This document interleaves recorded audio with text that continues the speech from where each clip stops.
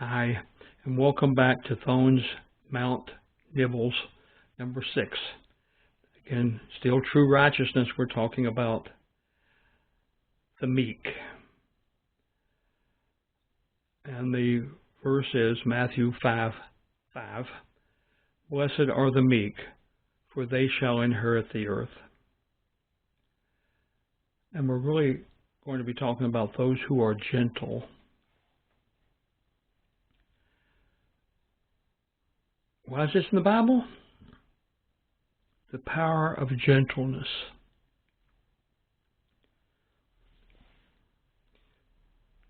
And the communication is that our intent is to head towards outward harmlessness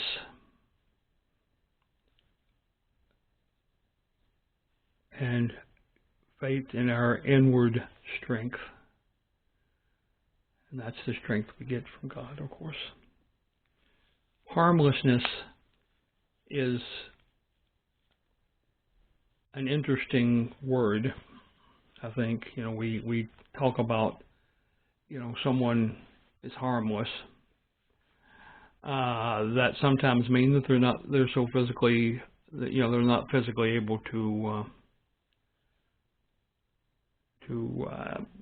threaten us. That's a kind of harmlessness. Or we sometimes use it as a kind of a pejorative to say how weak a person is. None of that is the kind of harmlessness we're talking about here. And we'll get into the idea here in just a moment. The application to my life. The concept of meekness or gentleness is the exact reverse of the concept of control to the outside world. However, in truth, the importance of control is self-control, and that is the very definition of meekness. Of course, self-control is and has always been difficult for man because of his sinful nature. The meek, therefore, have a powerful ally in living a self-controlled life. This is one of the empowerments of the Holy Spirit. Part of the power of this situation of control is that the Holy Spirit shows us how lowly we are compared to the power of God. Thus, any prideful notions of our superiority are quickly forgotten, or should be. Therefore, we shall inherit the earth. Once again, we see that just as the Israelites inherited the promised land, now the followers of Jesus will inherit the entire earth. And even more, we will inherit the entirety of a new earth, which reproduces the perfection of Eden and will be without sin forever. Now, many of these promises parallel Isaiah 61, which in general closely parallels the Beatitudes.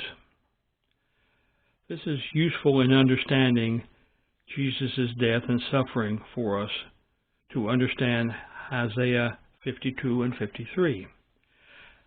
Those are so-called the suffering servant chapters.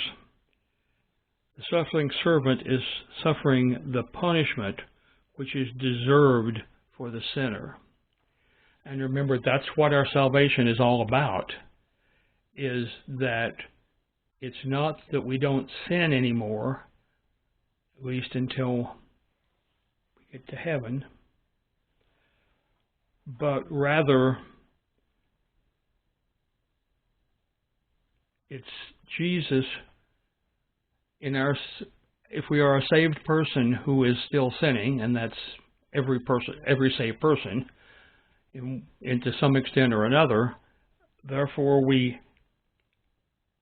it's those sins and the sins of the past and the sins of the future and all those sins, both with us and everybody else, that makes Jesus the suffering servant.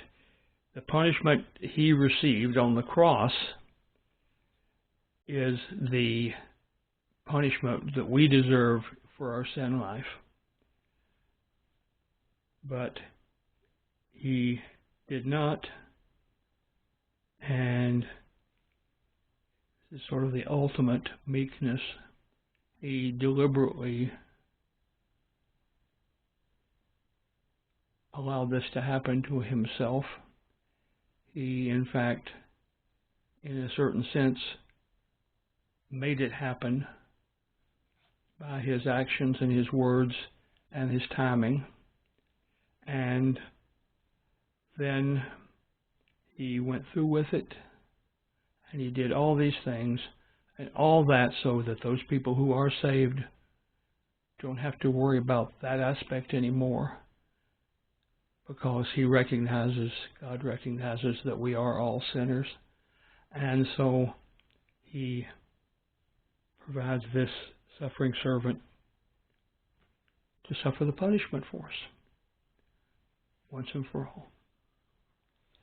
God says to me, meekness, that is self-control, is vital in witnessing. That is, if we go to a person we're trying to witness to proudly and make that obvious, that pride obvious, and it's really hard to hide your pride, then we are not going to be very successful in witnessing to others, because they're going to say, he's so prideful, he must be a hypocrite. Or she's so prideful, she must be a hypocrite, depending on who's speaking. But the point is that us being meek, and that is in self-control, we know that if we're witnessing to a person, we know that there's something in their lives which we don't agree with. In one way or another, it may be obvious by their lifestyle, and it may be hidden deep in the secrets of their own heart. But the fact is, because they have not been saved, we can know that there is something there that is not right, but we must be totally in self-control in talking with them, reading to them, teaching them, whatever it is we're doing along their route towards salvation. We have to be meek and not proud, or else this is all for naught. My personal response: Lord, thank you for the suffering and death on the cross, that we might be able, with your help, to present your love to others who are in need of faith and then salvation. And remember, that's the right order. We present our love. We then convince them that there's something to be faithful to, and then we connect them in some way with Jesus' words, the Holy Spirit's words, or depending on the person, what you do there is kind of different. And then, the hope is that once they have faith that there's something good, then they can learn about what is good and accept that willful offering of the Lord of salvation, a gift. So we'll talk to you next time.